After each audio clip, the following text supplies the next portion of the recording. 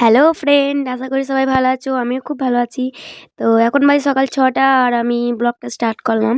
এইটা আমার লাইফের ফার্স্ট ব্লগ। জানি না কেমন হবে, কতটা তোমাদের সাথে সব কিছু শেয়ার করতে পারবো। যতটা পারবো চেষ্টা করব দেখানোর। আজকের ব্লগটা হলো যে আমি দীঘা যাচ্ছি, আমি আর আমার একটা বেস্ট ফ্রেন্ড। এই যে আমার ড্রেস এখানে রাখা আছে, এইগুলোই আমি আজকে পরবো। এইটা পরবো, এখানে রাখা আছে আমার কিছু টাকা, আমার প্যান্ট, আর এইগুলো টাকা। হয়তো বলবে এত কম টাকা, আমি কিন্তু সব কিছু অনলাইনেই পে করি। এটা শুধু আমার এখানে যাওয়ার মতো ভাড়া। আর এই যে আমার বুট, এই দুটো পরবো আজকে।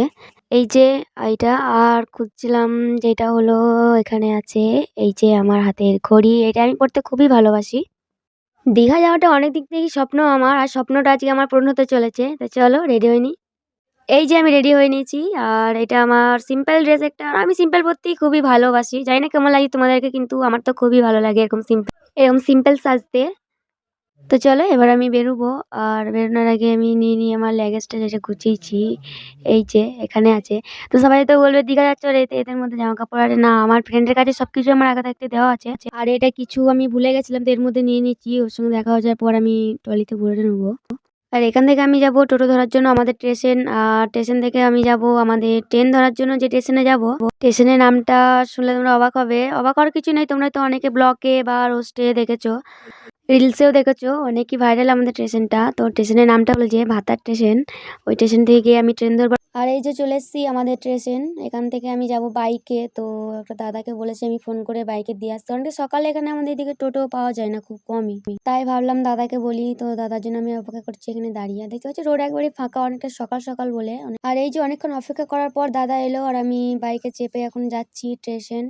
আর আমার সঙ্গে যে আমার বেস্ট ফ্রেন্ড যাচ্ছে, ওদের আগের স্টেশনে চেপেছে। আর এখন অনেকটাই সকাল, খুবই ঠান্ডা লাগছে। এতটাই ঠান্ডা লাগছে যে আমি ফোনটা ঠিকভাবে ধরে রাখতেও পারছি না। তো চলো তোমাদের সঙ্গে স্টেশনে দেখা হচ্ছে।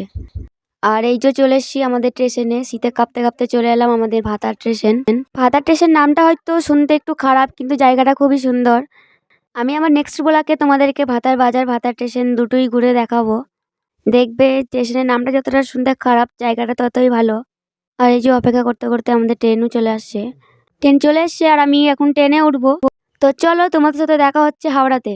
আর এই যে চলে এসছি আমরা হাওড়া স্টেশন, আর এখন বাজে 11:30। আমাদের খুবই খিদে পেয়ে গেছিল, তো আমরা বেরিয়েছি বাড়ি থেকে 7টার সময়, আর এখন বাজে 11:30। তো খিদে পাওয়ারই কথা, কারণ আমার আগে থাকতেই বলছিল খুবই খিদে পেয়েছে ওর। আর ভাবলাম কিছু খেয়ে নেওয়া যাক, আমারও খিদে পেয়ে গেছিল। 7টার সময় বাড়ি থেকে বেরিয়েছি, এখন 11:30 বাজে। এই যে চলে এসছি খাওয়ার জন্য। বাইরে দেখতে পাচ্ছ খুব সুন্দর লাগছে, জানি না ভেতরটা কত সুন্দর হবে। তো চলো যাওয়া যাক। এই যে চলে এসছি ভেতরে, দেখতে পাচ্ছ ভেতরে লোকটা খুবই সুন্দর। এই হোটেলটা ছিল 3 নম্বর প্ল্যাটফর্ম থেকে নেমে একটু এগিয়েছি, সামনেই ছিল এই হোটেলটা।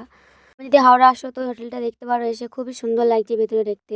কিন্তু এর খাওয়া সিস্টেমটা একটু আলাদা ছিল। খাবারটা নেওয়ার পর কেউ দাঁড়িয়ে খাচ্ছে, কেউ বসে খাচ্ছে। তো আমি তো দাঁড়িয়ে খেতে পারবো না, তো আমি বসার জায়গা পেয়ে গেছিলাম। আর এই যে এখানে খাওয়া স্টার্ট করে দিয়েছি আমি। আর এই যে দেখতে পাচ্ছি এখানে সবাই খাচ্ছে, আর আমি খাচ্ছিলাম মাছ ভাত। এখানে আমার খাওয়া হয়ে গেছে, আর এখন আমি যাবো 19 নম্বর প্ল্যাটফর্ম। ওখান থেকে দীঘার ট্রেন আছে 2:25 শেষ। দেখতে পাচ্ছ কতটা ভিড়। চলো পরের ব্লক আমি দেখাবো আমি দীঘায় গিয়ে কি করি।